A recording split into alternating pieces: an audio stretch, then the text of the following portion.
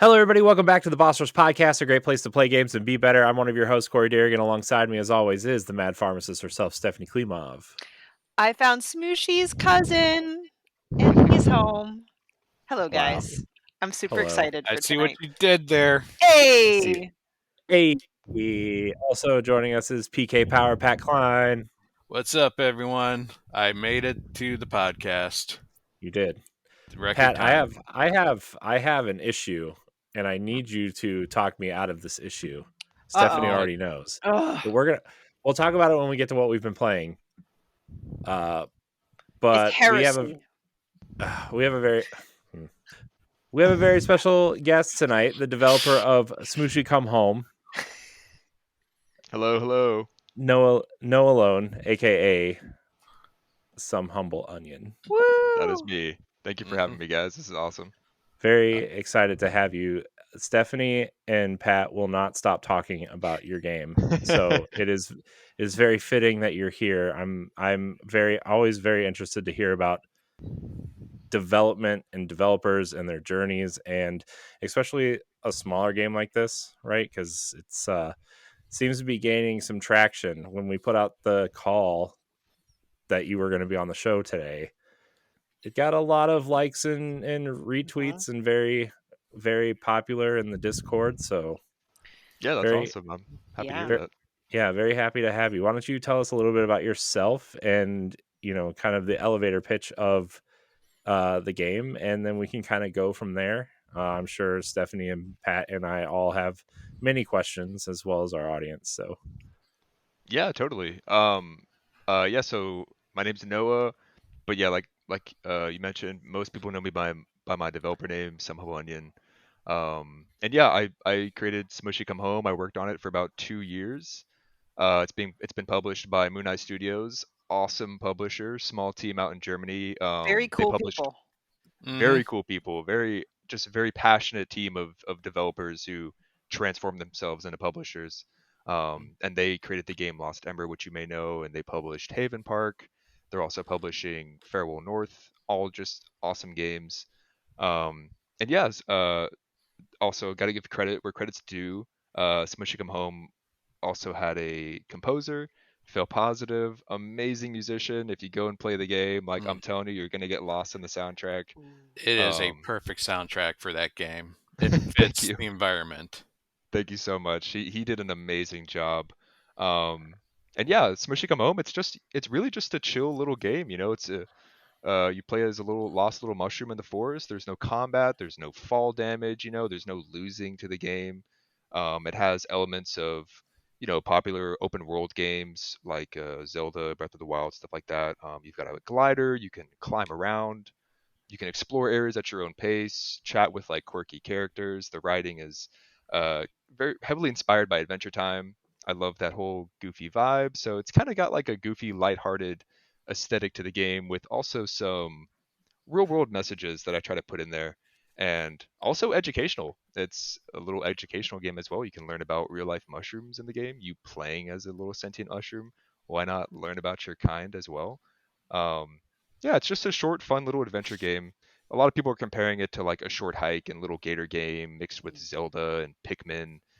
I think that's a really good description, um, especially since I pulled inspiration from like a short hike and Pikmin and Zelda.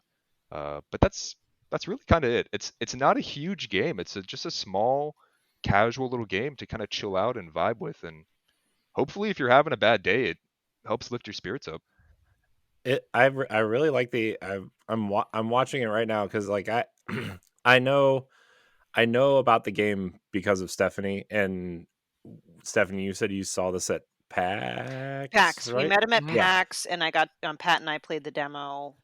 Yeah. Yeah, That was a lot of fun. I'm kind of watching the trailer a little bit right now. I love that you can ride a capybara. That looks so fun. I kind of just Gotta wanna... have them in there.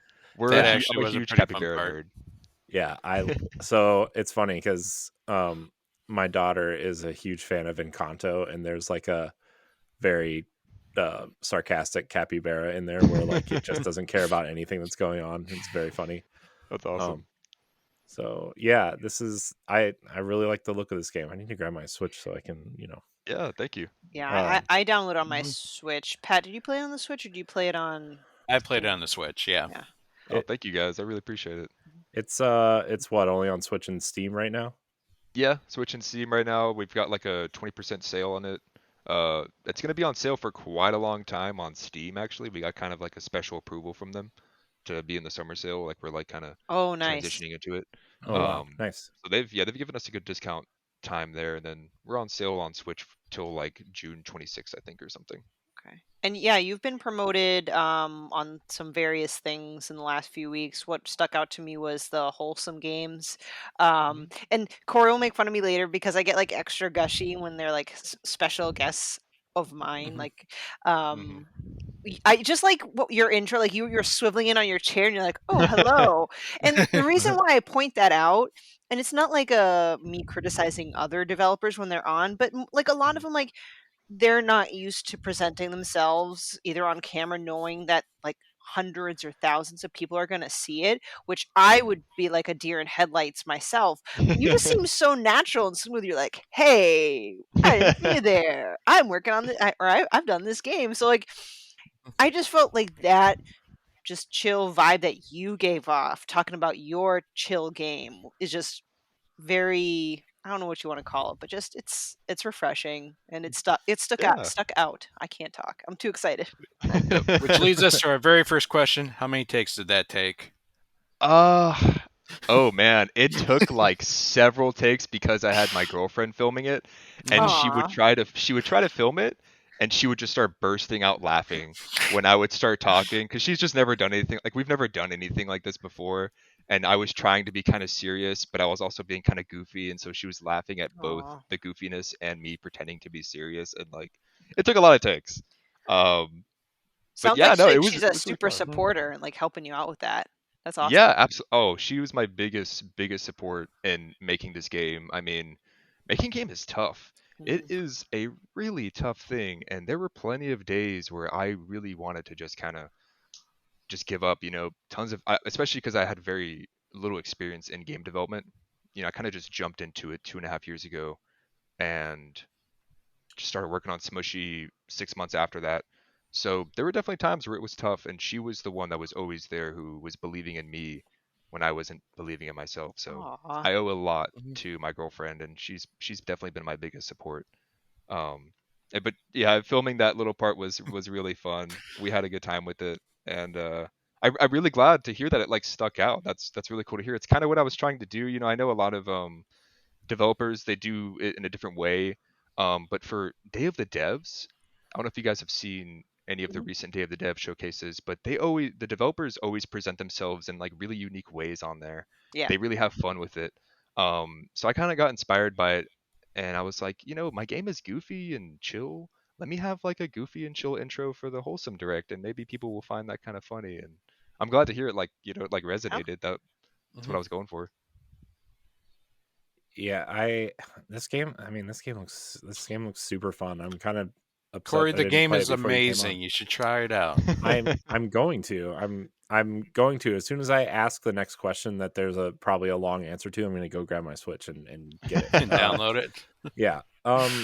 So I really like the simplicity of the art style. I really like the kind of, it's not quite cell shaded, but it's very colorful. I like, again, the capybara. I like the waves that, like when the Mhm. water, like when he's swimming, like the water pops up around him. I really like Hmm. that. I really like the animations are Mhm. super clean, and I'm one of those people who really like simple, clean animations. Yeah, no, Uh, thank you. and I really like like the way the shadows are done on, like, Mhm. there's a scene in this trailer where it's kind of dark out, but there's like a light being Mhm. cast from somewhere, and the shadows are really well done, and The it lighting just is looks, actually great. yeah. There are scenes Thank where you. you're in dark caves, and you have a little headlight that's basically lighting your way, and just the movements and how the shadows just play around. Even if you're like seeing an object and you just kind of see the shadow like hit it, it's I mean it. If you didn't tell me that this was your first game that you ever made, I would not have known. Like Yeah, this I don't is know if I smooth. believe you now. This is the Hmm. like the like even the way like the little like the when the creatures are talking and their like little head movements and stuff are so clean. It kind of has that like old school Star Fox vibe, but like better, Yeah, like way I, better. thank you. Hmm. No, I Uh, really do appreciate it, guys. That's really sweet of you. It's definitely a game that I kind of like poured my heart into, and I was doing it full time. You know, I quit my job to pursue this passion, so that kind of helped me really polish it. I think when people sometimes people are kind of shocked when I tell them this is my first game, but I'm also like I was also doing it full time, so I was able to really pour like 110% of myself into getting get getting good at the skills and doing all those little polishes. But that's really sweet of you guys to say. I'm glad to hear you guys enjoyed the art style and are appreciating the little mhm. details that I actually spent a lot of time in there. It's always cool to see players see those things. I Yeah. also really like the little gimmick because yeah, it is a very smooth looking game, but you also have the choice to pixelate it, Yeah. and the choices of pixelation down to that very last one was absolutely hilarious. The yo I can't see setting. I'm like Yeah. looking at that, I'm like messing, I'm like, yo, I can't see it. It's so spot on. It was a fun setting to play around. I that was actually the original art direction, because I was really pulling inspiration from A Short Hike, and the developer Adam Robinson Yu, he really like he wasn't the first one to do it, but he made it look so good, that like crunchy 3D Nintendo DS kind of vibe, PS1 kind of aesthetic. And I love like the 3D pixelated look. I've always loved doing that with games, or when games do that. So I tried to recreate that with Smushi, and it started off as that. And the thing with that aesthetic is that if you have too much detail in the world, the pixelation effect becomes quite noisy. And so I kind of stopped using it, but I still left it in there if people wanted to play with it on. And it still kind of works. And it's just kind of like a fun little, setting if you want to play with it. Some people do it, some people don't. Mhm. I think Corey's looking for it. I am. I had a I'm feeling. yeah, I'm on my Switch right now. Here we go. My smushy senses were tingling. Mhm. Oh wait. Why is it having me enter my zip code? That doesn't make sense. Uh-oh. Yeah, you're mentioning the cell shading effect too. I noticed you've got the Wind Waker plushie up there. Yep. Yeah, Mhm. that was also a big inspiration for the art direction, as I'm sure a lot of like cell shaded indie games are. But Wind Waker was like one of those games to do it so well, Mhm. and I'm such a huge like GameCube fan. Like all my favorite games are on the GameCube, and Wind Waker's clearly like obviously one of them. So that I was know a it big inspiration. isn't that amazing? At the time when Waker came out, it had this huge backlash, like, "Oh, this isn't a realistic adult Yeah. Zelda," which I Mhm. mean, I don't know, but the hindsight's 2020. Everyone now loves Wind Waker, and if you really think about it, as far as like aging, Wind Waker still looks great compared to some Yeah, other games that didn't age so well. If you that's mentioned so Twilight true. Princess, you're Mhm. dismissed. Hey, Yeah. just because Twilight Princess doesn't necessarily look that great doesn't mean it's Oh, it any looks less fun to amazing. play. Did you play the Wii Yeah. U version? Looks No. amazing. Okay. I haven't seen that Amazing. one actually. I need to though. But that's very true. Those stylized games that don't aim to look realistic, they always just like aesthetically they Mhm. hold up better. Yes. That over time, that's very true. I think that's kind of one of the reasons why I always enjoyed just like games that don't try to look realistic. I really do enjoy. I think that's one of the things that There we indies go. really do well. Mhm. Nice. Yay. Yeah. Good Yeah. job, Corey. Yeah. Thanks. We look forward to your review next week. Mhm. Yeah. I'm excited to read I'm not Mhm. writing anything. it. Now, Steph's our writer, so I'll take care of that. Awesome. I'm. I like Mhm. to Nice. pretend that I write too, but And I You're just there in really like to spirit. play the games and then Yes. talk about them. yeah. My Nice. writing skill sucks.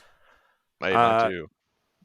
so I actually have a question. Since this was your first game and you have a publisher, right? Was it Mhm. hard looking for a publisher? Like, was it like how did you go about that process? Yeah, that's a good question actually. I get asked by that a lot from like aspiring devs. And I always just have a weird answer because the norm is that as an indie dev, you create a pitch deck and you start hitting up publishers, and you start having all these pitches, and it's a really complex process. It sounds really scary. I got kind of lucky. Moon Eye just hit me up on Twitter. They reached out to me. I didn't have to do any sort of pitching. I didn't have to do any of that, like preparing pitch decks and things. It just kind of happened. I got hit up by Moon Eye, and I got hit up by a few other publishers, and Super Rare Games was one of them. Hmm. They're a really awesome publisher as well, really cool team. I ended up meeting them in London. I flew down there to visit some family, and I got to hang out with them. Super cool Wow. people. And that was after I rejected them. They were still super down to just hang out. Awesome team. But yeah, again, like Super Rare Games and Moon, I didn't have to pitch to them. They just kind of hit me up. I think that just comes from posting your game online a lot. Smushy wasn't even really that big, I would say, online. The tweets would get like maybe 100 likes or something like that. Um, but yeah, I guess they saw some potential in the game, and I really just got super lucky. Honestly, I wasn't even looking for a publisher at the time, and even when they hit me up, I didn't want to sign with one. It wasn't until I realized, oh crap, I can't do this on my own. Like I need to get this game on Switch and I can't do it by myself, and I need to finish paying my musician and I don't have enough money. I need a publisher. And I'm really glad I signed with them honestly because I would have not been able to get this game out, especially within this time frame without that extra help, having people who know translators and stuff like that, Mm. getting all that done for me. But Right. yeah, I got pretty lucky, They hit me up. Yeah. Well, that's cool. I'm glad they saw something, because sometimes you hear stories of people looking for publishers and they just don't want to work with you because they're a myriad of reasons, right? So, Yeah. I think this game stood out enough clearly, and that's Yeah, good. no, thank you. Thank you. Um, so I'm actually going to dive into some of our Discord questions. We don't want to take up Awesome. all the time. Mhm. Let me open the Discord because I'm a terrible human and don't have it ready. Um, just singing the song while I open the. Okay, so uh, the one true James writes in, and he asks, uh, "What makes an exploration game so cozy?" That's a good question. I would say if it is able to really immerse you and you're allowed to get lost in it without you having the stress of combat, of hurting yourself, hurting someone else in the game, the stress of losing something permanently, and just those worries that come, I think, with most action games. Not that I'm throwing any shade to action games. I love combat focused games. Um, but yeah, that doesn't really emit that cozy vibe. In order to get that cozy vibe, you really have to be in a stress-free environment. And so if you're making an exploration game, it's like what I do with Smooshy. You can't get hurt in the game. You can't really go the wrong area because eventually you're going to kind of just get turned around on your own by exploring freely. So the level design has to be done really well. And then just putting small things here and there around the level, whether it's an NPC who's got a funny little dialogue to say, or maybe a little item that you can use for something later on.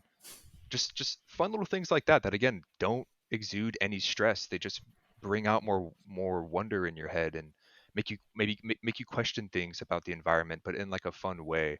I would say that's what makes it really cozy.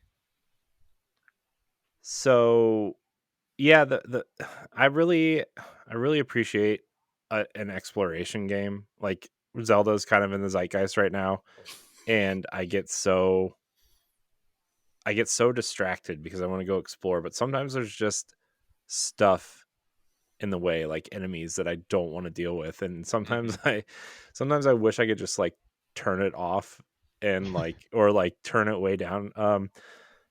Tomb Raider did this really well where they had different difficulty levels for certain aspects of the game. Like you can make the puzzles harder, or you can make the combat super easy, or almost really non-existent. Right? You could kind of button mash your way through the enemies, and I kind of I know that Zelda would never do this because it's Nintendo, but like I would really I really want Zelda to have that, and I think that Hmm. not having combat in an exploration game is probably a really smart idea because you like when you get distracted by something while you're exploring, you don't have to worry about anything sneaking up behind you, or that kind of thing. So I'm excited to explore without getting hammered with some sort of rock or fire. Yeah. No, I totally relate to that. That's kind of the one of the reasons why I made Smushy, because shortly after playing a short hike, I like really got into these shorter games that don't involve a bunch of combat, and it was just so refreshing and so fun. And I think it's really difficult to craft an exploration game that doesn't have combat, because combat does bring you that sense of excitement and that little rush that you need every now and then. But like you said, sometimes it can be too overbearing, and sometimes you just don't want that. And that's kind of why I made Smushy a shorter game. I do feel like if Smushy was too long, I mean, a lot of people, probably one of the bigger feedbacks I get, even though people are heavily enjoying the game, they still say, like my only complaint was, I was like, really sad for the game to end. I wish it could have kept going. And I definitely wish I could have added a little bit more content, but I was afraid that, this game could get dragged on a little too long. After a while, you're gonna need that juice, maybe from like some sort of combat. Not everyone needs that, but I was kind of starting to feel that as I was playing my game over and over and over again. Um, so I definitely see what you mean, and I mean I hope that like when you play Smushy after playing like a ton of Zelda and just like other, more combat focused exploration games, you can kind of like feel that refresh. And I'm curious to hear. I mean, I am curious to think, or to hear if you think that like you would have loved to see, you wanted more of that. Like you needed even longer of a combat refreshment. That would be interesting to hear, because it sounds like people are actually wanting more of that, and I wasn't expecting that. I thought people were going to get burnt out with Smushy by the end of it, but they No, were that like, you did a no. great job, and not only like creating a little like each environment was different, like even like the third area and like that just the traversal changed just that part of the game and made it fresh. Mhm. And honestly, I enjoyed exploring each and like every little nook and cranny that I could find. It's like I got to make sure I find all the rocks. I got to make sure I explore every part of this cave. Make sure I didn't lose anything. Like Yeah. you accomplished what I felt like you wanted to, and you're exploring. That's what I did. That's what I enjoyed. Mhm.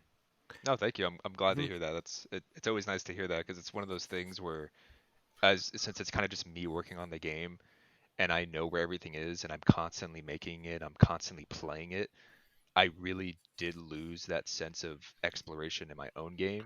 So it was hard to tell at times. It was one of the reasons why I did so many play testing towards the end. And I would always kind of like hand my game over to my girlfriend and have her try it and be like, "Do you feel different about this area? Because I just can't tell anymore. I've got super bad tunnel vision." So that's always really nice to hear that like it's worked out. After a while, I just wasn't sure. I was just kind of listening to the feedback from my playtesters, and they said it was good, and so I would roll with that. So I'm glad I trusted them, and yeah, I mean, I'm really glad. I'm really glad to hear that. What excites me about this game too is like, so my my daughter is gonna be 5 soon, Oh. and so like she is like, she knows I play video games, so I can't tell if she's at that age where she like wants to play games or she just wants to play it because I'm playing it. And like, so I downloaded a few games, right? Like Yoshi's Crafted World and the Kirby Star Allies demo, and like Mhm. uh I let her play Mario Odyssey a little bit. But the Nice. challenging thing with those games is that there's combat still. Like even in Yoshi's Crafted World, you have to like learn how to jump on the enemies or like throw an egg at them, or you're gonna die even in the mellow mode. And like Right. she was getting a little frustrated with that, to the point where like I turned on Mario Odyssey and just let her run around the Mushroom Kingdom uh uh realm or whatever, because there's Mhm. no enemies in there. But then I kind of felt like she was bored because she wasn't accomplishing anything. Right. And so like I wonder if Smushy is like the right combination of both, right? Like, and obviously like she's 4, she's not gonna like beat the game or anything, but like just have her run around and explore and find things without worrying about something coming after her, like Hmm. that's kind of what I'm excited to play too with her and see if she likes it. Uh, Yeah. so No, I mean, that's awesome. yeah, I mean, I don't know if you had that in mind, probably not, but like that's kind of where my mind went with kids who are like starting to maybe be in the games at some at some point. So, uh, Yeah, absolutely. It's definitely something that like I did design the game so it could be played by all ages. mhm, My target audience was, like cozy gamers, wholesome gamers, and those are kind of like people, like your age, my age, I feel. But there's also a lot of kids that really like it, and I was surprised to hear a lot of nice comments from parents who would play the game, and they'd really enjoy it, and then they'd pass it off to their kids who are like 5, 7, and then they would really enjoy it too. And it's good to I was a little worried that maybe the dialogue is very easy to read, but I was a little worried that since it is kind of dialogue heavy, not all kids will be able to play it because there's a lot to read through. But it sounds like it's working, so I hope she likes it. That'd be really cool. It's definitely, the platforming might be a little difficult, like you said. She's 4, she might not beat the game. For a mhm. 4-year-old, the platforming challenges might be difficult, even though it's not really like a platformer game. Um, but yeah, I mean, I hope she enjoys it. That's really cool. Yeah, I, I, I look. I just really want my kids to play games at some point, and like, I don't want them to get discouraged, right? Like Mario Kart, I Yeah. have all the like kid buttons turned on where they go automatically and stay on the course, and you know, and Yeah. they like that, but like my son was playing it the other day, and he's 2.5 or 2 in a couple months, I guess. And Hmm. he was playing Mario Kart, and every time like he would cross the finish line, he'd be like, "Yeah," and I'll be like, "Yeah, you did it. You are in 10th place, but you did it." Uh, Man. but it's I mean, because like when my first two games were uh well on Atari, like we had Kaboom and Combat and a really terrible version of Pac-Man, but like games are so sophisticated now that like Yeah. I never know where to start them at this point because they're like I mean, they watch all these CG cartoons and stuff, and if they go play like Super Mario Brothers, right? Like they're gonna be like, well, this looks like crap, and so Yeah. like I want them to look at something and be like, that looks interesting, and it's simple and it's easy and fun, Hmm. and so I think that this game kind of fits that category.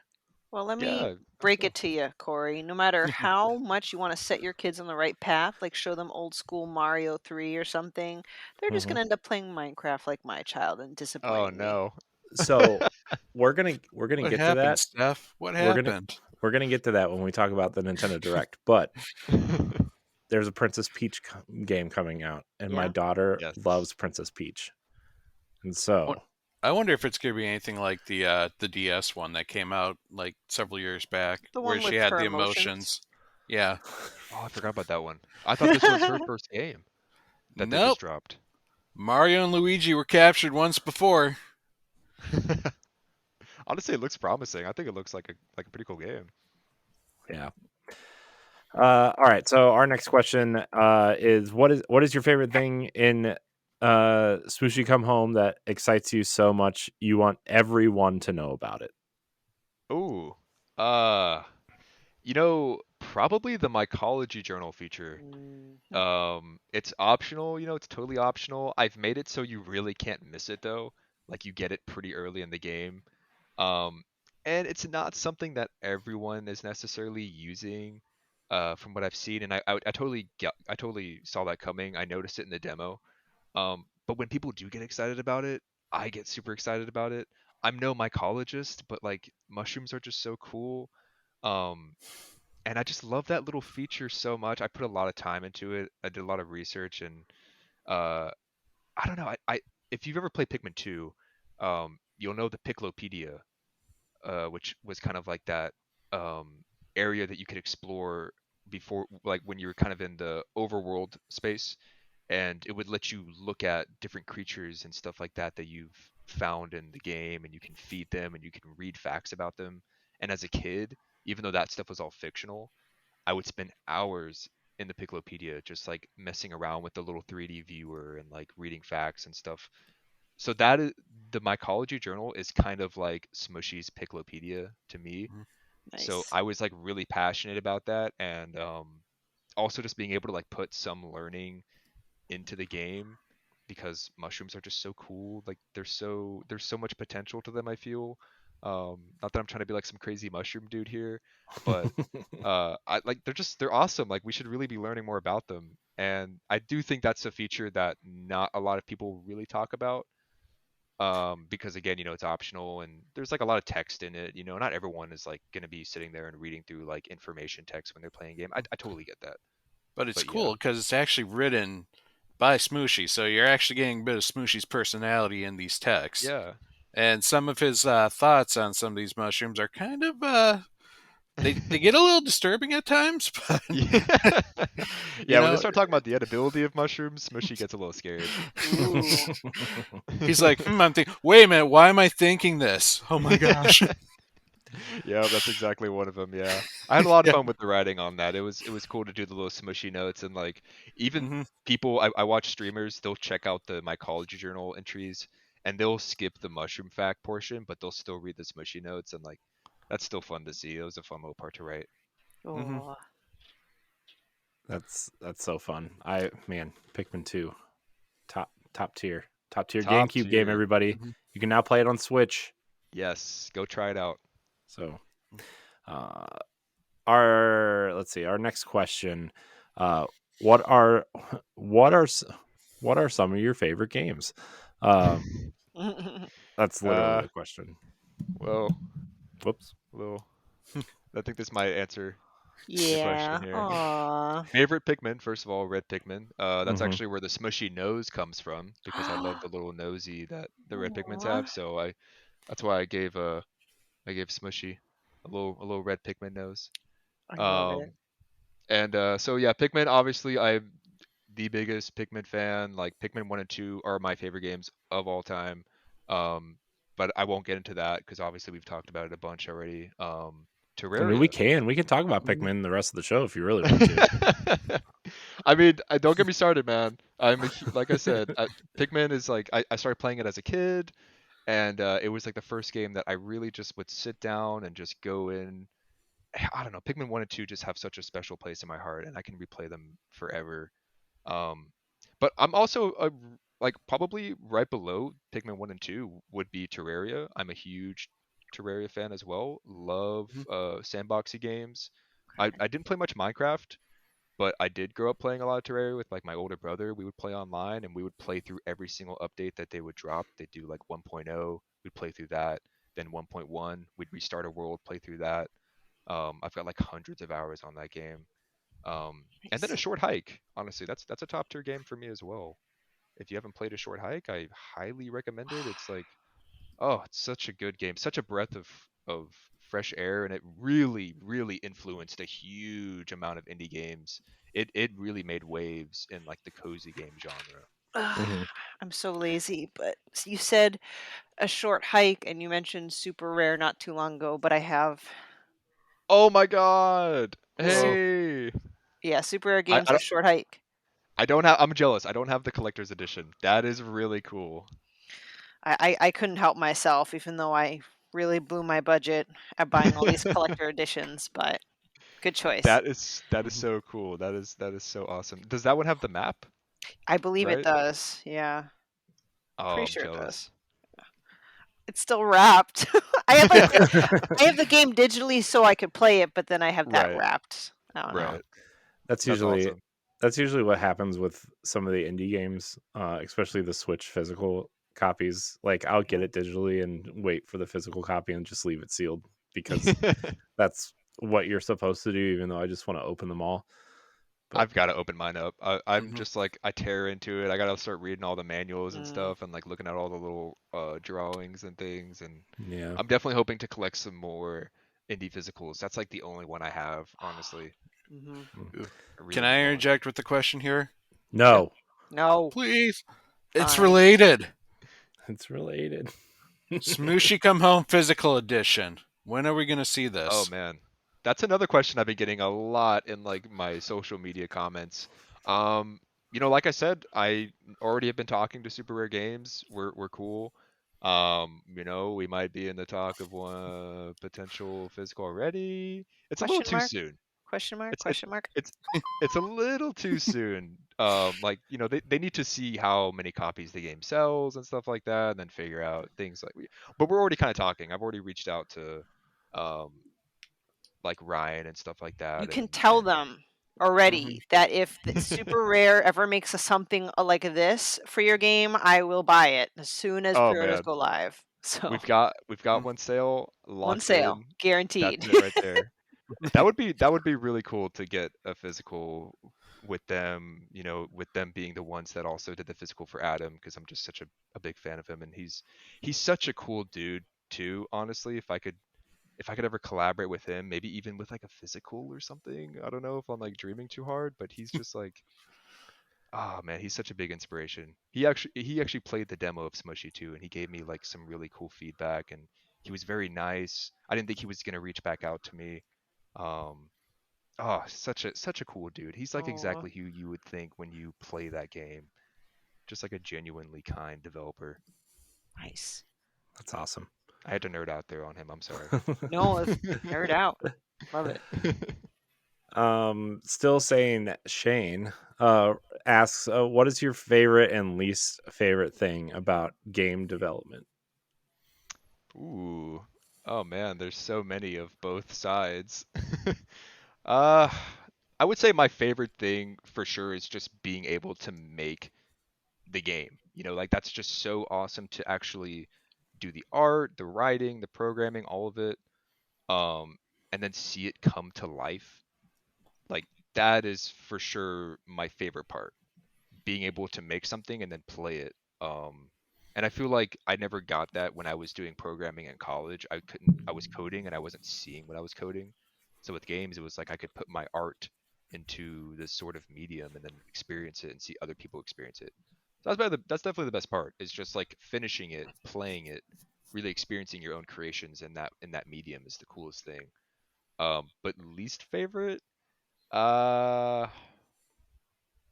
probably I enjoy the programming. There are days where like I really love programming, but it's also at times the most difficult thing. I'll be honest. Like programming could probably it would probably be my least favorite. But it's not always the least favorite. It's just sometimes it's like this is a nightmare. What is going on? I wish I was just working on 3D models or something like that. So you said you're using Unity, right? Do Yeah. they I'm sure they probably offer a lot of like tutorials and tools that help you program and do stuff. Do they offer that kind of stuff, or they kind of expect you to go in with some sort of knowledge and then you just use their program to use it, or their They engine? do have they do have tutorials. I didn't use any of them to be honest. They were all a little too complicated and they were like using their own Unity projects and like I would have rather started from the ground and like from the ground up instead of like jumping into this like pre-made project and like trying to figure out what they're doing. Hmm. So they do have tutorials. For me, I just hopped in on YouTube and I was just going through tutorials by Infenzia. Infenzia is a fantastic Unity dev. Brackeys, they're like the most popular known one. I kind of just hopped in there and learned off YouTube. There's Udemy courses, but I don't know, Udemy courses are always so slow and they're paid. I didn't Hmm. really get that far with those. YouTube is just like you can literally learn anything on there. It's insane. Just how much free resources there are.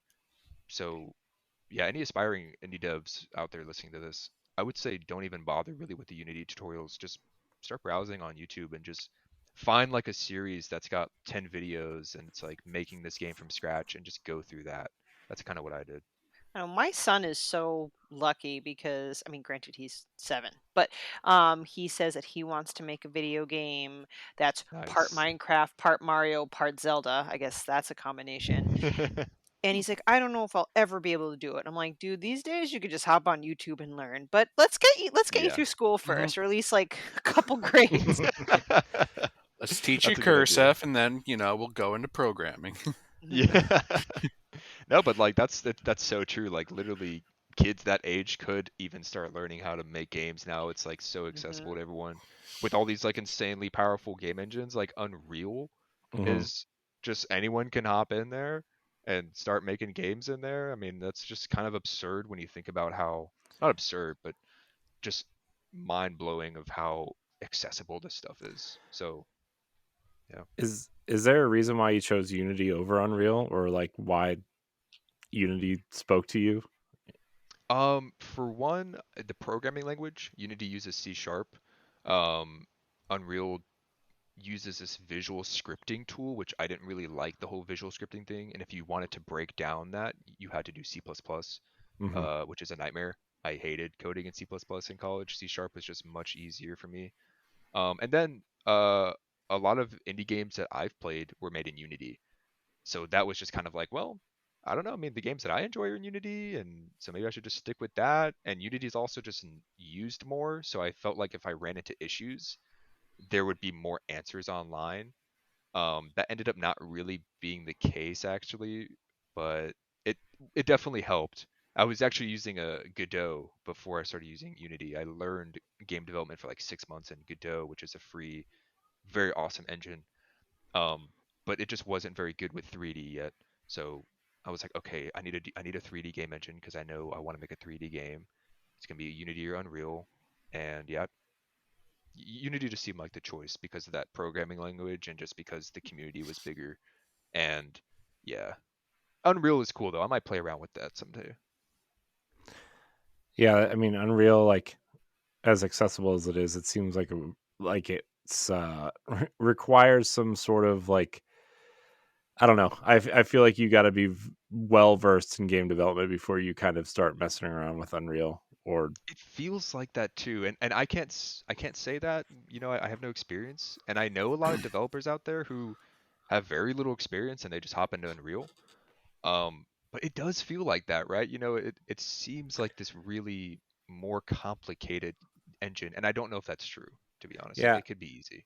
I wonder if it's just the way they show it off, like between all the different things they've done with Fortnite and Unreal Mm. Tournament and Gears of War over the years, and like how Microsoft is showing off their games with Hellblade and everything they kind of just announced at their showcases using Unreal, and it's like, man, that looks super complicated. But then like you turn on what One was I would say it almost looks unreal. I mean it kind of does. What was Oh. I playing what was I Whoa. playing the other day uh that is using Unreal that was super simplistic? I forget what it was, but it's like super simplistic and super like, I'm like, man, these engines can do, they're so versatile. And Yeah, I'll yeah, totally. and and like, man, game development, I too want to make a game someday. Will Dude, you I? totally should. And you totally can. I'm telling you, Oh, anyone can make games now. It's so accessible. man. So I know we are going to definitely bring you back for some sort of 1v1 or spotlight, probably a spotlight, because I think Smooshy deserves a spotlight. Oh. But so it's out on Steam, it's out on Switch. Do you have any plans to bring it anywhere else? I ask Yeah. everybody we have on here that develops games, because like, here's the I'm going to preface this question because I know a lot of indie games kind of skip the Xbox for one reason or another, whether they're waiting for the Game Pass check or they just don't think people will buy the game because it's Xbox. Are you planning on bringing it anywhere else? It's tough to say. I've spoken with Xbox already. They're really cool. They wanted to put Smushy on there, and I kind of just stopped talking to them for a little while because after I signed with my publisher, they were like, let's do that later. Let's focus on Switch because Switch is definitely a bigger target audience for you. And I was like, okay. Mm-hmm. Um, so maybe if the development cost for it isn't too much, I'd love to put it on Xbox. That'd be really cool. PlayStation as well. Um, I probably wouldn't be doing the porting. It would probably be my publisher. And so I'm talking to him about it. But again, the game's only been out for like a week and a half. It's Yeah. kind of difficult to say still if we would be able to do that, but it's very possible. I will say that. It's very possible. Yeah. Is it No, still charting out on Steam right now? Last I saw, we're surprisingly still on the new and trending tab. I think we're at the bottom of it now, just naturally since there's so many of the releases. Yeah, it looks like we're second to Mhm. last, but man, I didn't think we were going to be up there that long. I thought maybe 5, 6 days, and it's now been like 12 days. It's kind of crazy. I'll I'll let you enjoy this success you're having before bug you again. I'm really happy Thank though you. that you're finding. I'm very happy that you're finding success. I'm always happy when you see the little guy find success because I mean, let's be honest, the big guys get all the attention a lot of the time unless you're in like an indie director or wholesome director or something. And I'm very happy that Smooshy is finding some success, and I can't wait to play Thank it you. this Yeah. weekend. Mhm. So No, thank you so much. everybody, go buy it. Go buy it. Everybody has a PC and a Switch at this point, especially in our audience. So go go buy it. Stephanie, did you play it on Steam Deck Check it out. Comes. or Switch? No, it's on my Switch, Mhm. Okay, I Yep. was just which wondering. is Comes highly odd, but recommended. I'm just so biased. The Switch is like a fraction of the Steam Deck's weight. That's a big Yeah, so. I know. Well, Laurent got the Ally, and I'm like, oh man, I really want one. I really want one. But I'm trying to get a Steam Deck too. yeah, it's well, look, with all the smushy money, you can buy like 3 of them. Hey, hopefully, yeah, that'd be cool. I haven't Uh, had the chance to try it on one yet, but I've heard it runs pretty good on the deck. So I'm Oh, waiting to get that verified oh, sticker. nice. nice. Um, yeah, once it does, we should put them in touch with Steam Deck HQ, and maybe they can do something with Smooshy. So, That'd be cool. uh, Yeah. yeah. So we had them on a couple months ago. At this point, Oh, that was another awesome. one where Stephanie got like real about. So, That's awesome. if you want to be a Patreon producer, head on over to patreon.com/bossrushmedia, and find out which tier is right for you. Our Patreon producers at the $5 tier or higher for this month are Adriel Munger, Austin Campbell, Celeste Roberts, Christian S., Sana Dierig, Francisco Santillan, and Rebecca Jewell. Thank you for your continued support. All right, let's get into what we've been playing because I really want to get into our topics because Yeah. there's so much to talk about. We're gonna start with you because you're our esteemed guest.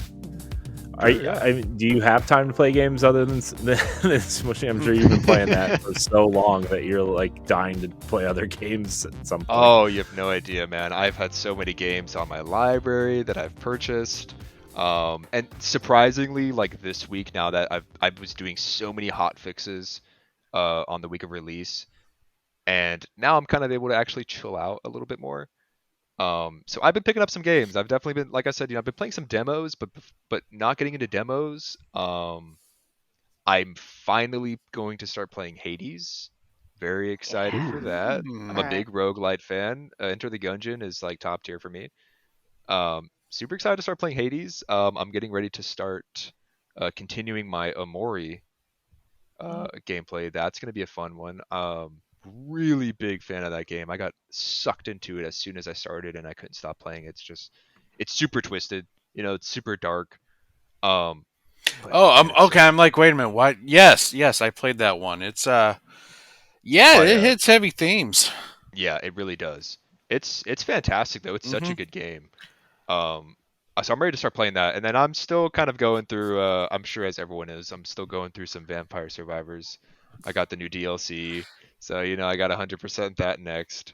That game is Nice. just like my That game's dopamine super addicting. simulator, and it's It's on so Switch now, addicting, right? man. And Or that it's coming. what's crazy is that dev had made that game for like a whole year, and no one touched it.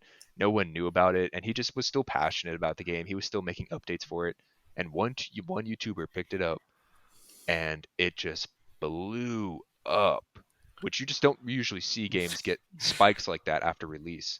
And yeah, that dude, he has just seen so much success with that game. Well deserved too. I mean, that's Wow. a really cool genre that he kind of established. I don't think he was the first one to do this kind of where you're the bullet hell, but he did it really well. And I mean, Vampire Survivors, man, God, what an addicting game. But yeah, that's mostly what I've been playing. I have a lot more on my list that I'm going to be going through. I need to finish all the Frog Detectives. I need to finish Night in the Woods. I own that. Ooh, Really excited to play that Mhm. one. Really, really excited to play that yeah. one. I'm excited for that team's new game that they're working on. Yeah, I I already saw forgot what that. the title is, but I wrote it down as soon as I saw the trailer. I I want to forgot know what it what was that one's too. about. Like the It has the trailer looked cat in it cool. too, It right? just, It does, of course. but it's an actual cat this time, not like a Yeah. sentient cat, I think. Mhm. Yep. I Yep. totally forgot what the game is called too. Where- I'm trying to see if I can find it, but I don't see it on their Was it Steam. the February Nintendo Direct that it was No, on? it was just announced recently World at Showcase, Summer Game yeah, Fest. Summer Games. Summer Nice. Summer Game Game Fest, Fest. that's where there was, yeah. Yeah. Yeah, I don't see it on their Steam. I can't remember what it's called, Dang it, but that's gonna bother me now. Dang it. me too. But we're The thinking the same thing. just We're type still in Yeah. the other cat psychically, game. Yeah. yeah, Well, other cat game. real quick, what are some of the demos that you've been playing on Steam that's caught your eye? Ooh, Loudonauts. Oh Oh, man, okay. Loudonauts, great demo. That is like playing that game, it feels finished. It Okay. is so polished, super chill, very satisfying. I highly recommend playing with a controller so you get the feedback. Okay. Yep. Because you're like cleaning up stuff. You know, you play as this like little underwater cleanup crew essentially. Mhm. Um, super cute game. Definitely one of the best demos I've played so far. Little All Kitty right. Big City. That's been a fun one. That was a good. That one made me laugh a couple times. Loved. I wasn't expecting the dialogue to be so good, but um, Okay. that's a really fun game. I'm actually ready to pick that one up as soon as it drops. Nice. Played a little bit of Surmount. Surmount demo was fun. I played that. That is a lot of fun. The little Definitely. plopping noises when you're like suction cupping your way up and Yeah. down the And mountain. I love the spiral technique. Yes, it's fun. I need more of that. I'm like, please let me use that more. It was so much fun. Um, yeah, and a couple of other small ones. I know I tried that one. What was it called? Oh, Sticky Business. Sticky Business. That was a Okay. cute one. We kind of like make your own little stickers and stuff like that. And then Ollie Frog. That Okay. was like Yeah. the frog skateboard one. That one was fun too. It really did feel like Tony Hawk Pro Skater, but you're a frog, and it's just like Sweet. I'm sold. Like that's really fun. That's about it. I'm still going through Mhm. the next fest. I haven't been able to browse through it today, but hopefully tomorrow I'm gonna kind of go through it some more. But those are the demos that really stood out to me. I highly recommend checking those out for sure. All right. The game you were thinking of is called Revenant Hill. Okay. Revenant Hill. Yes, rolls right Revenant off the Hill. tongue. And it was showcased at the PlayStation State of Play Okay. Gotcha. because it's coming out on PS5. Oh, so is it not coming out on Steam then? It's probably coming out on Steam. Revenant Hill. Ah, there it is. Okay, add it to my wish list then. Man, Gotcha. Vampire Survivors. That's an amazing game. Sorry, I was playing it on Game Pass like a couple months ago, and then I stopped playing it, and now it's coming to Switch, and now I'm watching the Switch trailer, and I'm like, oh, I should go back to that game. You gotta go back to it. And they're doing couch co-op. I know, Wow. which is incredible. Super excited for that. Oh man, Vampire Survivors, top tier, the best Top tier. $5 you will ever spend. Everybody. Oh, I'm yeah, just kidding. easily. And the DLC's $1. Yeah. And it's good. It's just more Vampire Survivors. Like what can go wrong? It's just the same formula in the DLCs, and I'm like, sure, don't change it up. Keep going. Yeah, I'm cool with that. Ain't Keep broke, going. don't fix it. Yeah, exactly. Yep. Is that all? Do you have anything else you want to talk about? That's really about all I've been going through. Because yeah, it's really just been like 4 days or so where I've finally been like, oh, I could finally jump back into my Steam library after 2 years of development Mm. and play something besides Smushy. So I'm still kind of going through it, but I don't have that much ammunition right now. But yeah, it's getting there. Pat, what about you? All right. Because I want to pick your brain about something. and Why I don't am remember I if you am I talked about it breaking up last week, here? but Oh, someone is. Hello, Oh. Corey. I can hear you. It looks Hello? like Corey froze. Yeah, that's what Corey. I'm saying too. hello, I'm here. Not Oh. Corey. Tables. Well, while he's working that out, Pat, What have you been playing? Well, I have completed game 19 of 30. Wow. Ooh, 19? Game Dang. 19 of 30, which damn. makes me wonder if 30 was too low of a goal for this year. That you don't know what I'm talking about, no, but I made a New Year's resolution to Mhm. originally beat 25 games, but then when I beat 3 games in January, I'm like, you know what? I think I could probably kick this up to 30. Nice. So I want to beat 30 games by the end of the year. And now I think maybe I need to kick this up from 30 to 40. Do I it. think you do, man. Do it. hmm Do I it. mean, I'm up to 19 as of June. So I think it could be a good challenge. I think so too. Yeah. Do it. Smushi was number 18, by the way. Nice. Yep. But number 19 is a Metroidvania, 2D Metroidvania called After Image. And I Mm. picked this up primarily because I realized out of the 18 games I played, not one of them was a Metroidvania, and I should shame myself because I do like that series.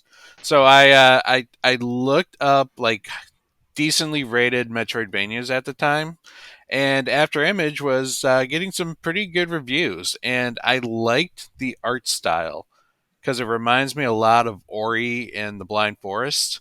It's got Mhm. that very naturey, very colorful palette. But the combat itself is very much like Castlevania. So you have different weapons that you can equip, ranging from swords to whips to scythes. Um, but yeah, it is definitely more on a Castlevania side than say some of these more like Soul-like 2D Explorer games that have been coming out recently. The bosses can pose a little bit of a challenge, but if you just level up or maybe change your equipment, they can they can be beaten. Mhm. Unless your game freezes like it did, and then you just rage quit. Well, I didn't rage quit; I just raged, and then I went back to it. But in terms of the story, I would say the story is probably the weakest part of the game. Like they do a Mm. great job creating this wonderful world and some pretty interesting characters, but I feel like the game did not tie itself out very well, and just like it starts going to some very interesting directions. Like it just keeps getting bigger and bigger, and then it just stops, and it's like, wait a minute, what got concluded? Mhm. After all this, but I can forgive it because everything else was actually pretty phenomenal. The game is huge. It took me over 40 hours to beat this Whoa. Metroidvania. And there's plenty of biomes to explore, each one very colorful, from like beautiful red forests to Japanese floating islands and Mm. sky palaces to like villages that clearly have been cursed and are haunted. Um, but if someone is looking for a Metroidvania and they can't wait for Hollow Knight or Silksong, I would recommend giving this one a go. Like it was actually pretty fun It in looks terms of beautiful. gameplay. And also another thing I liked is just the variety of enemies. Like there are each region has like its own set of enemies, and there's just so many of them and so many like bosses. I think it's got to be somewhere between 35 to 50 bosses throughout this Damn. game. So Wow. Wow. yeah, it is pretty fun. So I highly recommend it. Other than that, I've been addicted to Diablo 4. Mm. Oh. Been wanting I, to get into that. I have a druid. At first, I was getting mad with the build I had, and then I looked up builds, and I found this one that just I absolutely destroyed people with earth spells, and I love it. Druid's the class I was thinking of picking up too when I saw, because I mean, it's Druid. It's awesome. They never had that in Diablo. I know. Yeah, I mean, you can transform into a bear, a wolf, or you can use lightning and earth spells. It's Exactly. perfect. And What's not to get? I know. And my guy, he's like this big, bulky, bearded person, kind of like myself. You know, And I got him some cool tattoos. He kind of strangely looks like Thor from God of War, Hmm. like the big fat, dad bod Thor. Mm-hmm. Dab outdoor. Mm-hmm. Hmm. Yeah, but yeah, Nice. that's what I've been playing. I'm looking forward to playing Pikmin when we're done recording tonight. Nice. Aw. Nice.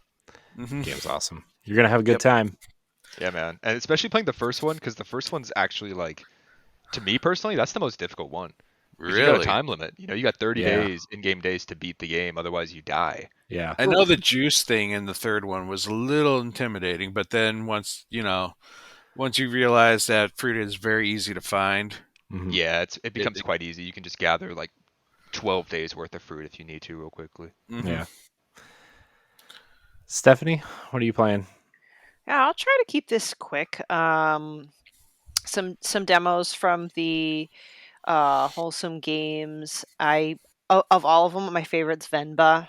It's Yeah. part cooking, like narrative, story driven about an immigrant family to Canada from India.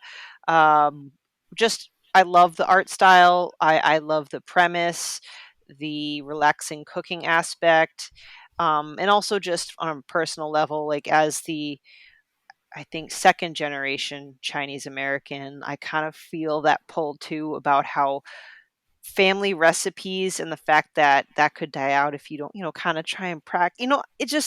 It hits Mhm. close to home in addition to it just being an absolutely visually good looking game. So I'm looking forward to playing the full thing when it comes out. Bubblegum Galaxy, I tried out because I like the Katamari-esque graphics and just silliness. You work in an office where you create planets, and someone or somehow entire galaxy got deleted, so you need to repopulate the galaxy with planets by solving these cute, like hexagonal puzzles. Very, very nice. Those are two that stuck out to me. Then, as far as gaming, Tears of the Kingdom, I officially beat it. Nice. Main story. hmm I beat it the second night in a row and forced my son to watch me fight Ganondorf because because again, like I set my kid on the right path. I showed him all the old school Mario. The first Zelda game he saw was Ocarina of Time, and because of that, he asked to be Link for Halloween 3 Halloweens in a row. Like he was learning Nice. the good games, the real games, and then I Right. finally cracked and got him Minecraft, and that's all he cares about now. It's just a phase. It's just a phase. He'll Okay, come back to it. I think so. Steph, okay. you're a terrible mother. So we used to bond over watching directs and showcases, the appropriate ones anyway. Like we watched the wholesome direct together and the Yeah. Nintendo directs in the past. Today's direct, he wanted to fast forward through it so he could watch his Minecraft YouTube videos. I was very upset. No. Mm, I, No, no, no. mm. I resorted to the personality of a 5-year-old, and I'm like, "Well, Minecraft's stupid." Like I actually said that, and he goes, "Mommy, stop saying stupid. That's not a nice thing to say." I'm like, "No, it's stupid." Um, uh, Last but not least, before I dive into Final Fantasy 16 madness, I've been playing No, Nocturnal. wait, did you play it? No, no, Oh, not okay. yet, because I'm playing through Nocturnal, published by Dear Villagers, very nice publishing company. Nocturnal is actually a lot of fun. Um, Beautiful game. Beautiful game. Everything's like interactable because basically you return to this island. Everyone's engulfed by this dark thing, the mist, and you need to ignite your sword on fire and progress through the castle. But everything's interactable. You can set vines on fire, banners, rugs on fire, and you can't succumb to the mist. And there's some really fun platforming elements to it. So I, at first I'm like, well, this kind of seems like a well, I say take it with a grain of salt, like, "Oh, it seems like your typical cookie cutter 2D platformer, whatever." But no, like the more I played it, I'm like, this is got its challenges, is very intriguing. I want to know what happens because everyone's calling me a traitor. So I fully retract what I initially thought about it. Loving it. Love this game. Yeah, I've had that one on my wish list for a while, and it's like that's that's a hidden gem right there. Mhm. It looks so well polished and just Yes. like I'm really surprised not a lot of people are talking about it because it just came out, if I'm not mistaken. Yes, it's a week or two, a week or two, no more than that, because Yeah. I bought it day one when I got the email from the publisher. I'm like, oh, okay, well, Hmm. um, and I'm glad that I did. I'm glad I didn't let the assumption, sway my decision. And hopefully, because I'm Hmm. going to write a review on it, I want to talk it up and say, you guys got to try it, because, like I said, it is polished and it's definitely got the challenge that sets it apart from other games in that genre. Hmm. So, absolutely. Definitely. I think it needs more attention too. It's from what I've seen, and I'm definitely gonna try to pick it up soon. It looks so fun, and it just looks so it's like underrated. It needs more eyes on it. Yeah. So that's what I've been playing. Corey, Nice. Disney Yes. Dreamlight Valley? Just kidding. No, not recently. I've been trying to. I mean, I was trying to book it through Zelda for book club. So, but for patrons, by the time you hear this, will be out on Sunday. And if you are listening on free feeds, it's out already on Patreon for just $1. You can listen to it a month early. Little plug there. So I've been playing a lot of Zelda. Um, beat all the dungeons. On my way to do something else. I don't remember. I got distracted when I was trying to go somewhere, and then I forgot totally what I was doing. Um, Nothing really new to report there. I've been playing Destiny's Season of the Deep, and they just very so they revealed some very, very, very, very important information in this cutscene leading up to the final expansion, and it was like a revelation. If you pay attention to the lore in Destiny, it's like this huge plot point, this huge revelation, this huge like question we've literally been asking since the alpha came out. Like, what Are is a you trap? really in the Matrix? What is the traveler? Where does it come Oh. from? What is the veil? Like, who is the witness? And it's like they revealed all this Is in it Cade 6? no, but Oh. it's like, why wasn't this major story revelation in the campaign? Like the main Yeah. campaign. Not everybody buys the seasons. Not everybody's going to get this information. Hmm. Why are That's you a bit putting weird. this in a $15 expansion or seasonal content? Right. Like I have a lot of thoughts. The information, like the story elements of it are amazing. Where they put it and how they presented it, not great. Not great. Sorry, Bungie. This was a bad decision across the board, in my opinion. And I know Yeah. I thought maybe like, am I missing something here? Like, is this like? And then I went on and watched like a couple of the Destiny YouTubers that I watch. Like Bife had a 25-minute video on why this was a terrible decision. Uh, he's like the Destiny lore master. If you want to know anything about literally anything about what's happening in Destiny, you go to him. He has like 5,000 videos on Destiny lore. Uh, Damn. but yeah, it was a pretty crazy revelation. I was kind of shocked at some of the information that they were giving us, and it's the end is coming for Destiny, and Oh. as Destiny as we know it, whether it's a new game afterwards or the end is coming, and it's very I don't know how I feel about it yet. I gotta about 8 or 9 months until I can tell you officially how I feel. But the final shape is coming, and they kind of just revealed almost exactly what it is in this cutscene. Uh, It's like we so, realize the Traveler is not a sphere, it's a cube.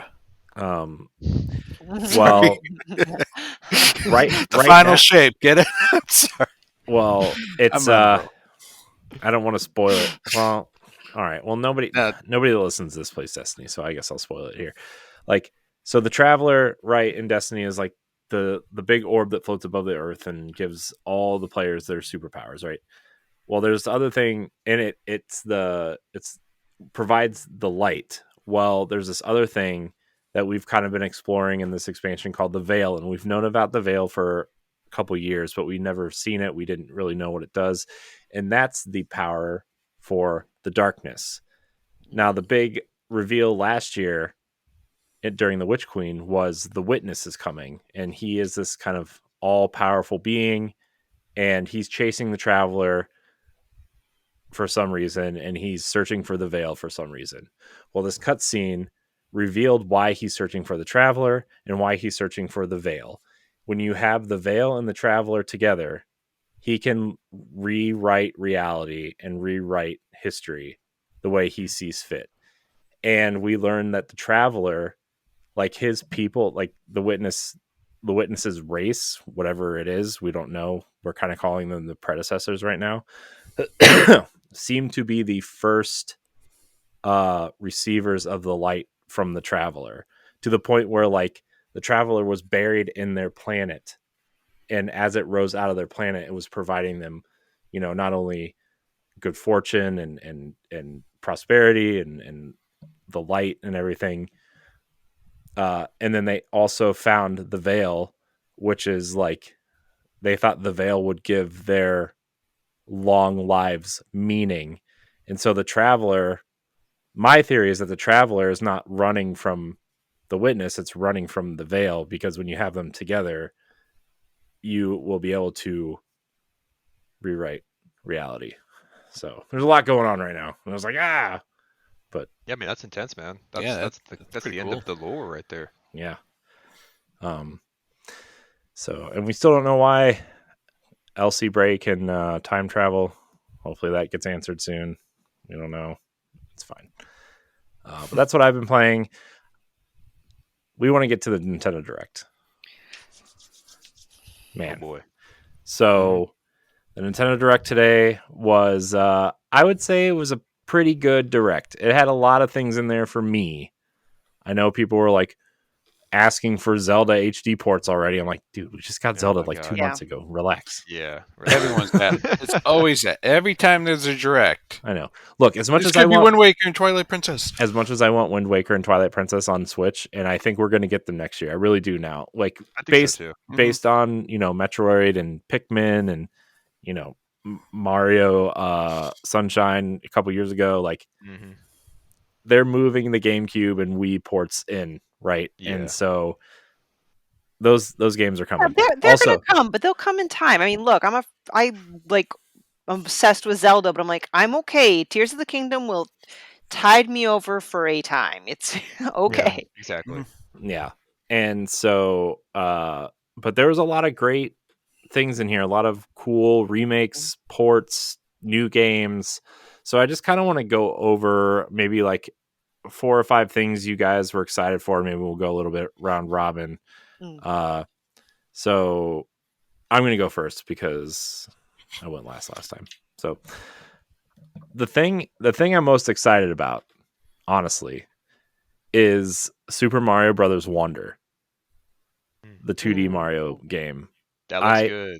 I love 2D Mario games. I could never play another 3D Mario game and be just fine. I don't really care for 3D Mario games unless they made a sequel to Super Mario 3D World, which is the best Mario game ever made. But New Super Mario Brothers U Deluxe, or U, I guess, on the Wii U, super underrated, I think, because I think people were just tired of the new Super Mario Brothers games regardless, and nobody bought a Wii U. So That's true. No one really did get one. yeah. But I think that game is amazing. I think it has some of the best 2D level design. I love it. I love that game, and the fact that we're getting a new 2D Mario game with new mechanics, new art style. Looks like they're kind of playing with like they're doing the Ratchet and Clank thing where like they're switching dimensions in some form. And everybody's obsessed with Elephant Mario now. First it was Yep. Cat Mario, now it's Elephant Mario. So that game looks incredible. I mean, so good. Yeah, what I will say is it made me feel relieved because in a world of 3D open world all the time, I don't know, I just feel like especially new gamers might lose any interest in 2D. I was almost afraid that 2D was going to die, at least in the AAA space.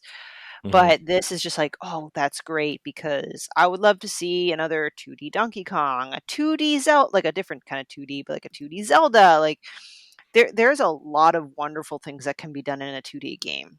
So Mhm. Totally, totally. Yeah. So I'm really excited for that. I'm gonna man, I'm gonna play the crap out of that game when it comes out. That's my number one. That was the thing. That was my most. That was the most exciting thing I saw today. So, uh, no. What about you? Um, Definitely Pikmin. Pikmin 3 news.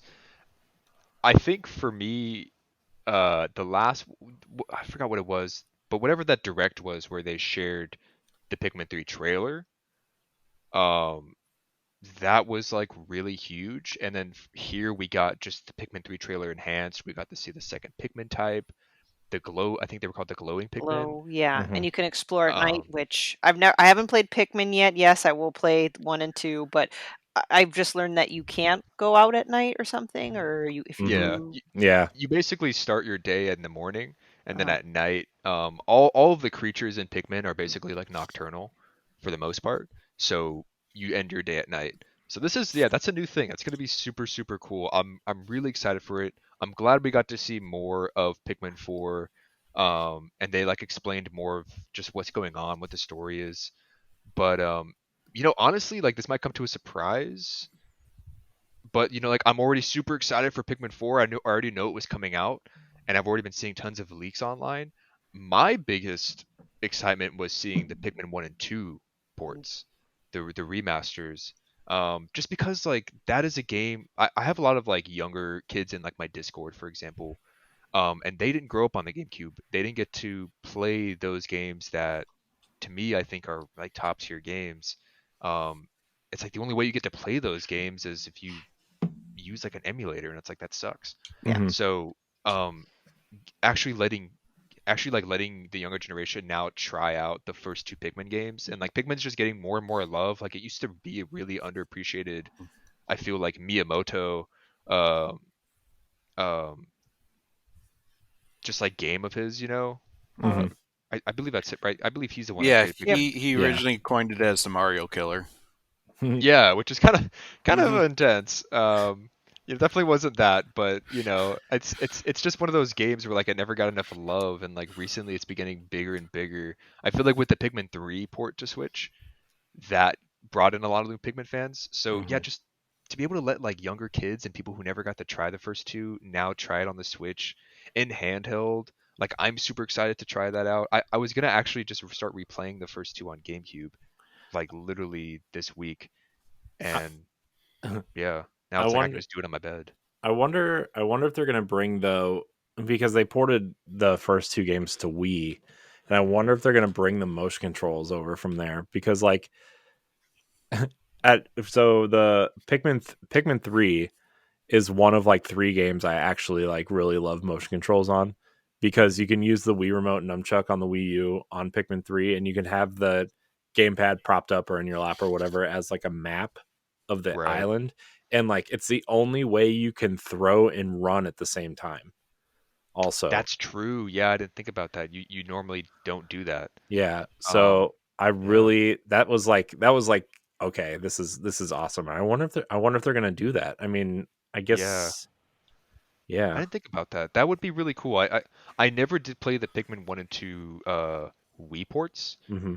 Um, were you able to do it in those? I think so. I mean, it's been like 20 years since I played those games, so on Yeah. the Wii, so I don't really remember, to be honest with you. That would be Um, awesome though. That would be really cool if you could do that, because be so I hope helpful. that people don't get too frustrated with 1 and 2, because they are more difficult and a lot less forgiving than 3. Hmm. And 3 came with a lot of accessibility features like the lock on feature, Hmm. where you can just lock onto something and then throw your Pikmin. Like in 1 and 2, you've got to be aiming. Yeah, There's no locking on, and that is difficult. yeah, yeah. I'm wondering if they brought that in or not. I'm really curious to see if they like ported some accessibility of Pikmin 3. I wonder, because it seems like sometimes with these remasters they do a little bit, or like the remakes or something, because like I know that obviously Skyward Sword is kind of the most recent one, right, where they actually added the controller support. Uh, Yep.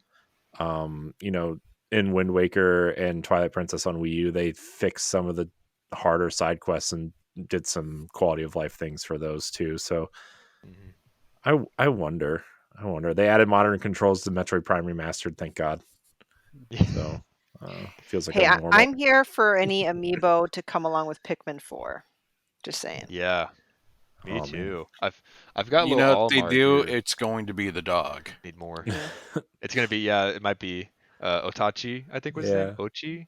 I think it's O- Ochi. Ochi? I think you're I right. Yeah. I I have just I hope have they don't overuse him. Like Pikmin's about the Pikmin. yeah. Mm. That's what I was thinking too, man. I was when they first showed him, I was like, "What is Hmm. this? This It's is a like cute little guy, but what's going on here?" I mean, he's like, he can swim. What's the point of having blue he can Pikmin swim, now? he can Yeah. fight, he He can can carry fight. heavy things. It's like, dude, Yeah, he's the entire Pikmin race in one. exactly. So I'm kind of curious how they're going to balance this dude out. I mean, he's cute. He seems cool, but Hmm. yeah, I really hope we don't lose focus on the Pikmin. That would really suck. Yeah. Very much.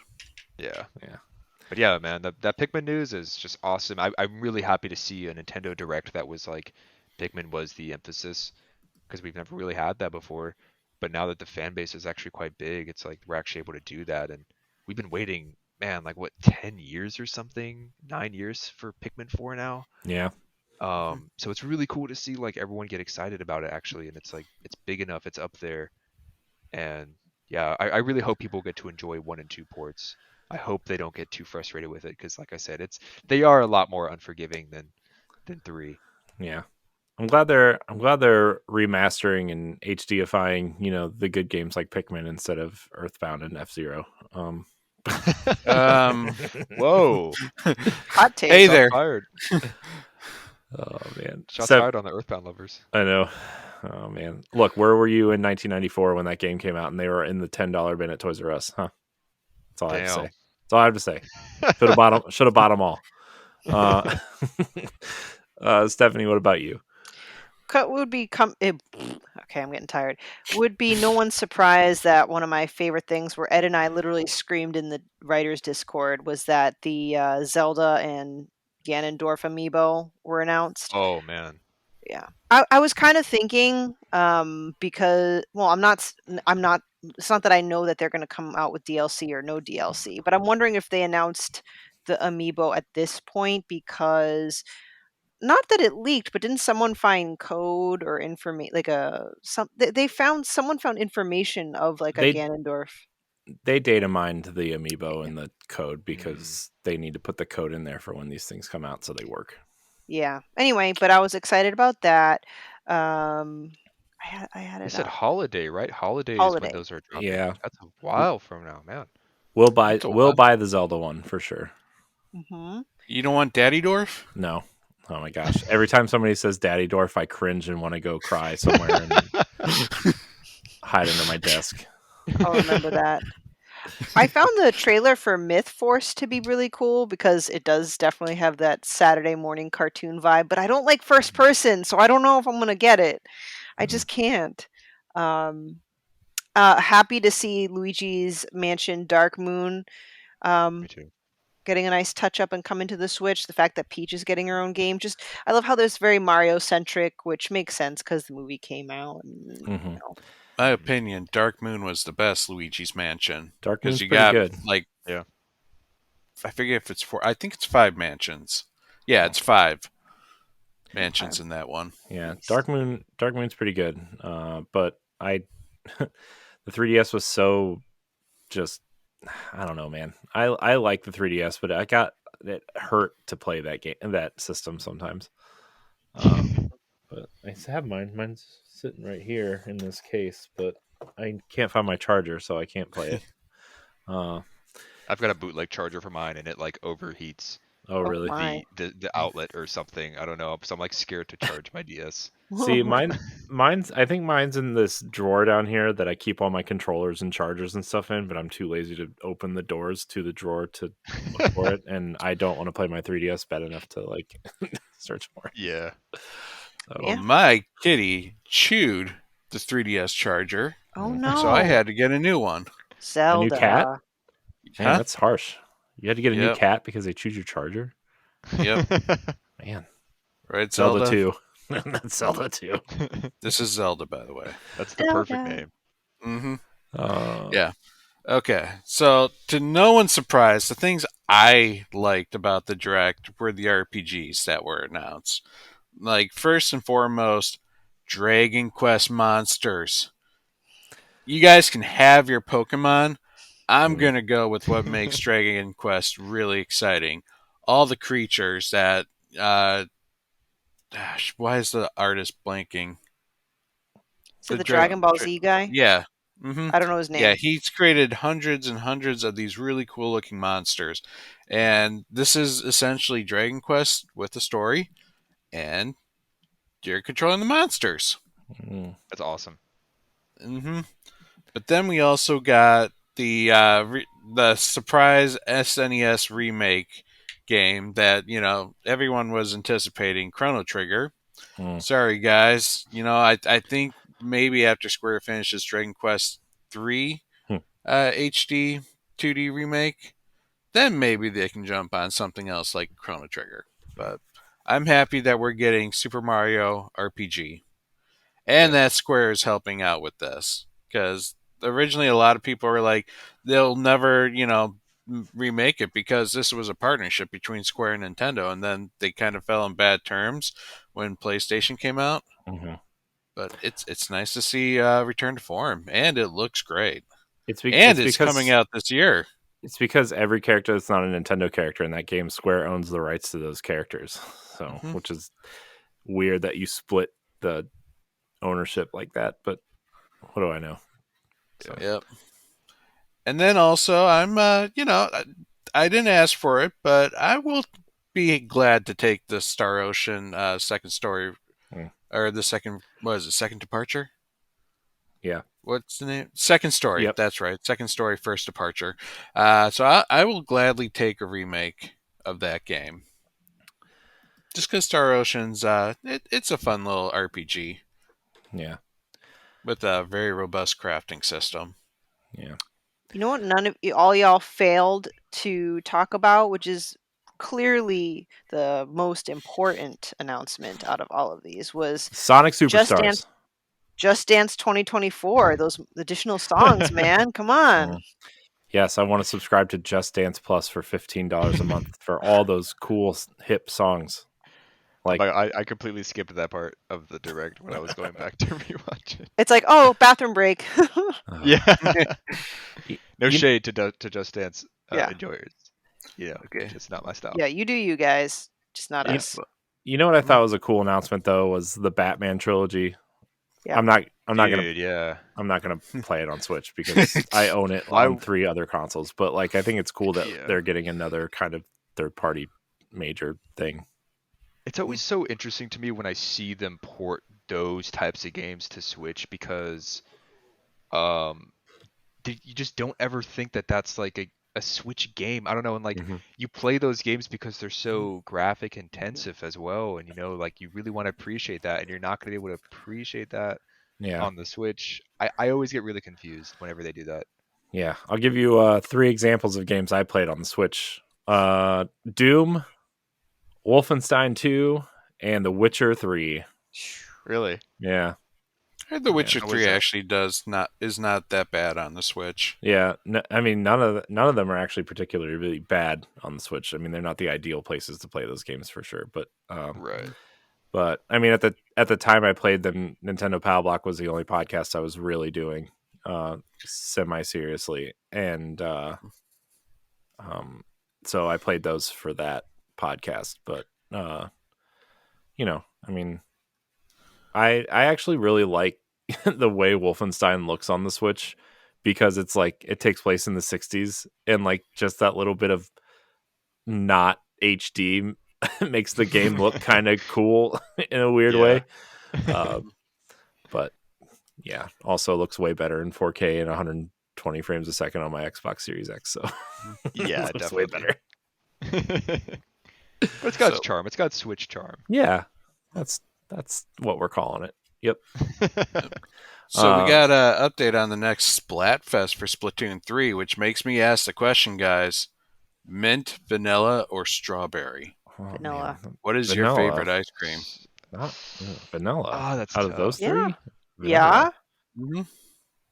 I Don't don't know. take I your think I'd have to go with strawberry. Oh man, who's picking mint? Mint You'd people be are weird, surprised. man.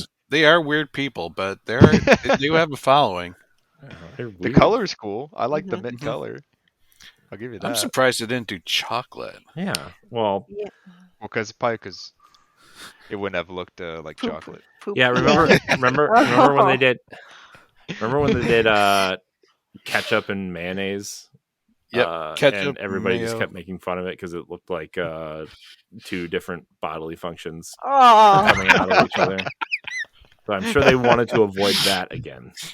Yeah, yeah, exactly. Pretty Uh, funny. so another game I was excited for, not necessarily, it wasn't announced at the direct, but they showed it again at the direct, was Sonic Superstars. I think a new 2D Sonic game in the vein of a new Super Mario Brothers would be super fun. Hopefully, Mhm. I agree. I really like the art style, and I really like some of the level designs they showed off, and I like how Mario, like the new 2D Mario and the Sonic game, are going to let you pick your characters, and you don't have to just, oh, I'm Mhm. playing by myself, so I'm going to be Mario or Sonic. I want to be Knuckles, man. Yeah, exactly. Got to climb all the walls and find the secret lives and stuff.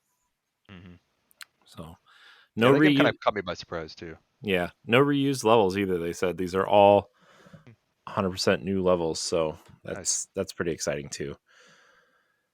Uh, anybody else excited for anything? I'm trying to go through the list here. Mm. That Penny's a big breakaway. That indie game with like the yo-yo grappling hook thing looked kind of Yeah, cool. made by the creators of Sonic Mania. Yeah, It's pretty cool. yeah, that game looked really cool. I always go for them 3D platformers. Yeah, Not gonna lie, that's a guilty pleasure of mine. Hmm. yeah, Same here. um, yeah. That game looked really interesting. I've found that grappling hooks tend to make games better, and the fact that you can kind of grapple wherever you want with this yo-yo seems pretty. Yep, I'm all for it. Yeah, like that could just be the game, and I would play it for hours. Yeah. And then Um, when you collect those, I thought they were rings. They make the Sonic ring sound. mhm, You know, mhm. that perfect little chime. Hmm. Yep. uh, Anybody excited for Detective Pikachu at all? Yes. Yeah, a little bit. I didn't play the Yeah. first one, and I I didn't find the either. voice acting a little disturbing, but I'm Voice willing to give it a try. acting, Hmm. I'm, that kind of, yeah, I, threw me I, off. I mean, my only exposure to Detective Pikachu was the movie, and Me too. and so like when you get this like weird, deep, almost Danny DeVito knockoff voice doing this instead of Ryan Reynolds, it sounds weird, but Yeah. Hmm. uh, Yeah, and it's Um, funny how they opened up with the Scarlet and Violet DLC. Like, I'm glad it's something that'll give me something to do because I did get the game, but they've showed this DLC before. They showed it again with a little bit of more information, but they still didn't give a precise release date. And I know they're going to show it again at whatever next Pokemon presents. So Mm. I think that's the only reason why I wasn't terribly excited when I saw it open with that. mhm. Because I'm like, all right, well, I saw it already. I know I'll see it again. mhm. I mean, That's why you need to drop the Pokemon and go to Dragon Quest Monsters. There you go. so yeah, lots of Pokemon there. Mhm. Oh, Yeah, I I think. never did. Oh, someone cut out. Oh no, I think we're good. Sorry. Yeah, I never did pick up the what was it? Violet and Scarlet and Violet. Yeah. yeah, I didn't pick those up. I've really fallen off of Pokemon games honestly since I don't know. Like I really want to see them bring back the 2D ones. Like let's get one of the ones with the 3DS 2D aesthetic, and that's what I really want to see. I don't know. I haven't been super sold on that. I mean, Mhm. I'm assuming you guys have probably played some of the newer 3D ones. I mean, like, do they really Hmm. feel worth it? Well, And they're from oh, go ahead, Pat. decent. They're decent. I mean, the series really hasn't innovated itself much Mm, until this new one with the open world. right.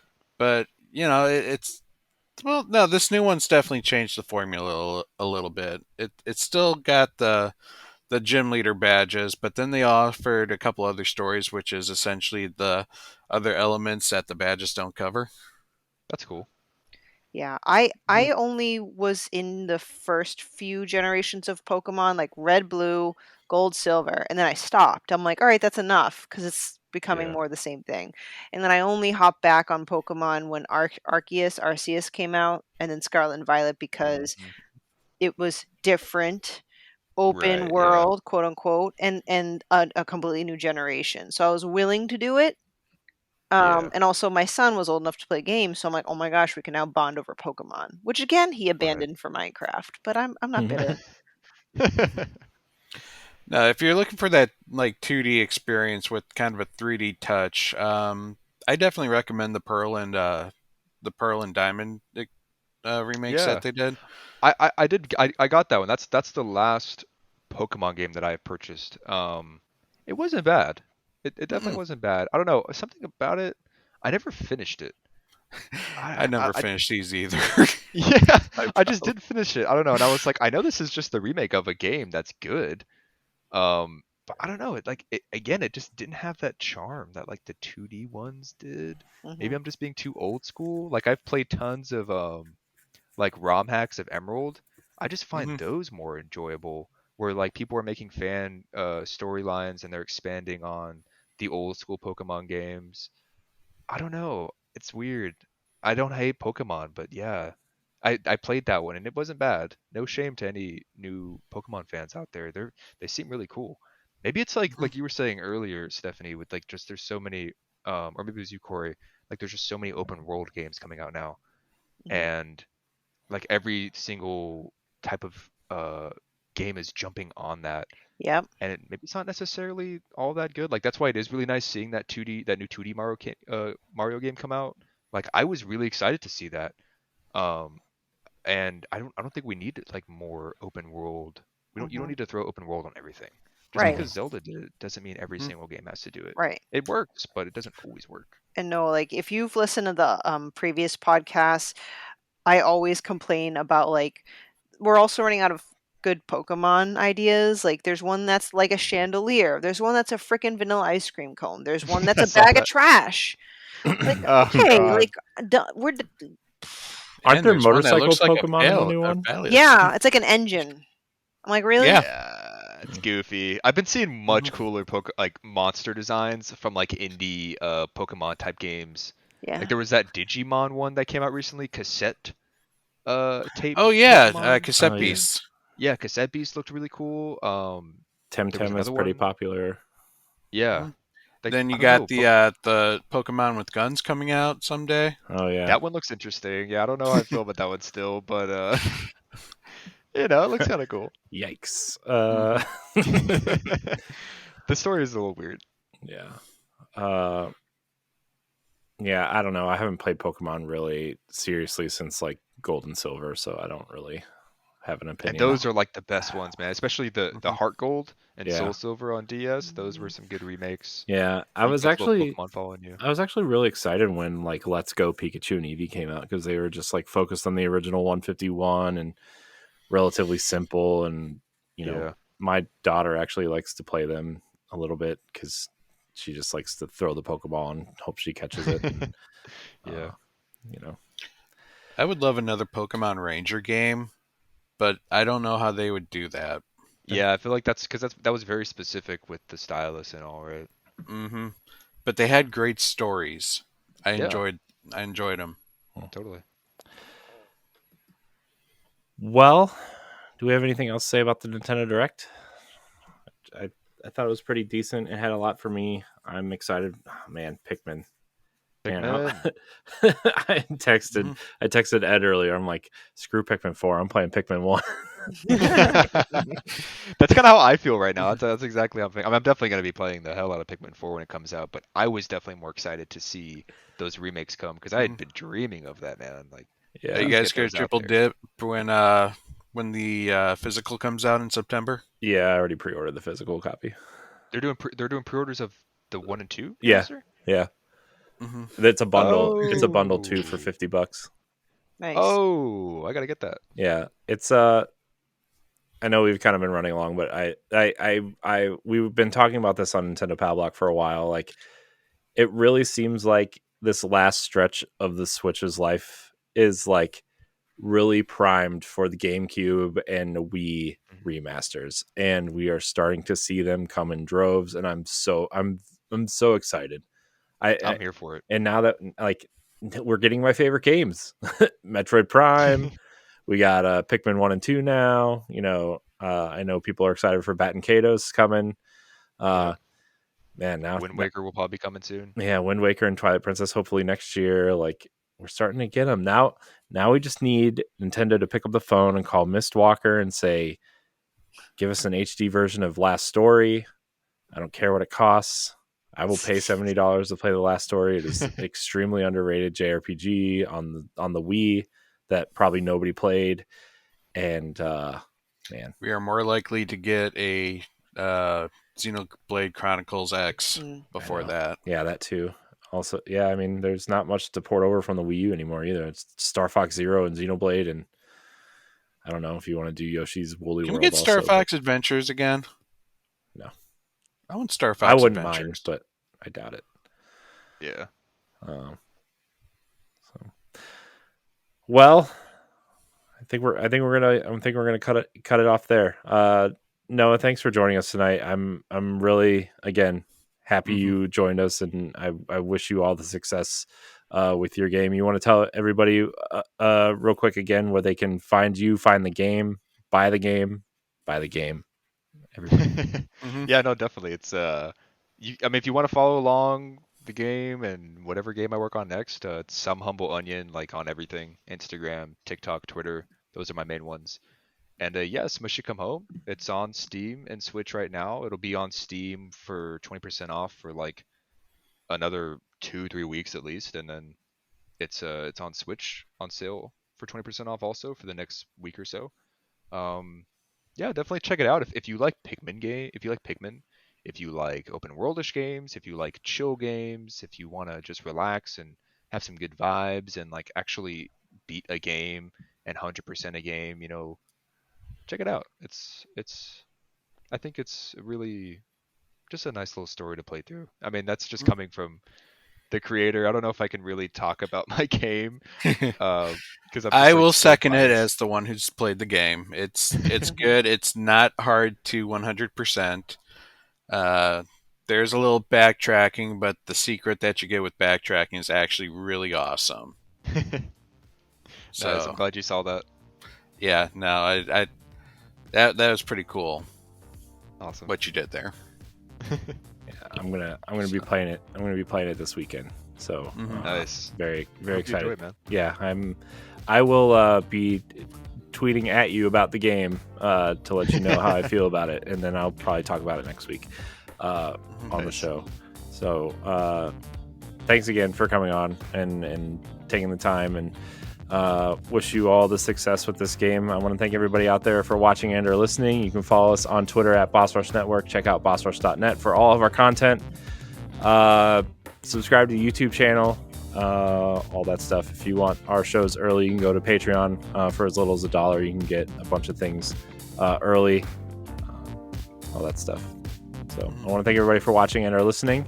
And until next time, we love you. Goodbye. Bye. Bye. The Boss Rush Podcast is a product of Boss Rush Media, LLC, and is recorded from our headquarters in Akron, Ohio. This show is produced, written, and directed by me, Corey Deering. My co-hosts are Stephanie Klimov, LaRon Dawkins, and Edward Varnell.